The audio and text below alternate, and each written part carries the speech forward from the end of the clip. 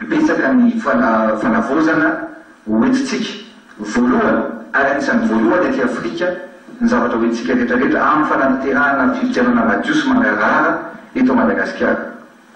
Anisan'izany ohatra ny zavatra betsaka tsy vita ary tsy natao tao anatin'ny taona maro fa ataony ny fitondrana sy ny fitantanana tetezamita ankehitriny.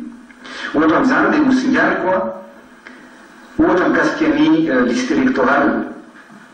Hatramin'izay liste électorale io dia tsy afaka nanamarina nanjeran'io na ny olon-tsotra na ireo mpifidy zany na ireo mpifaninana na milasaka vodiny fa dia zay atolotra teo no hoanina ozy izy ny fitenenana na zay atolotra no ekeny.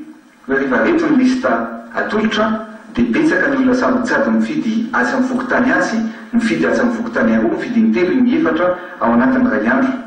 Ankehitriny zany liste électorale dia tsy maintsy mijery sy manamarina ny anarany ao ny olona mpifidy rehetrarehetra ary afaka jeren'ny mpifaninana rehetrarehetra ny liste électorale misy isaky ny district firaisana na ny fokotany na ny commune. Afaka mijery ny liste électorale daholo zany ny olona rehetrarehetra. Zay midika fa tsisy intsony koa zany ny ordonnance satria dia fantatsika fa hatramin'izay dia be dia be ny ordonnance.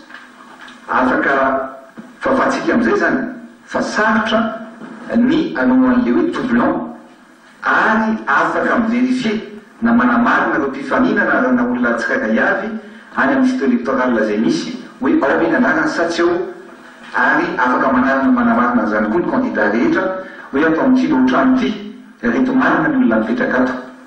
Zay zany fanavozana voalohany amin'ny fifidianana zay ho ataontsika eto Madagasikara amin'ny am'ty taona ity.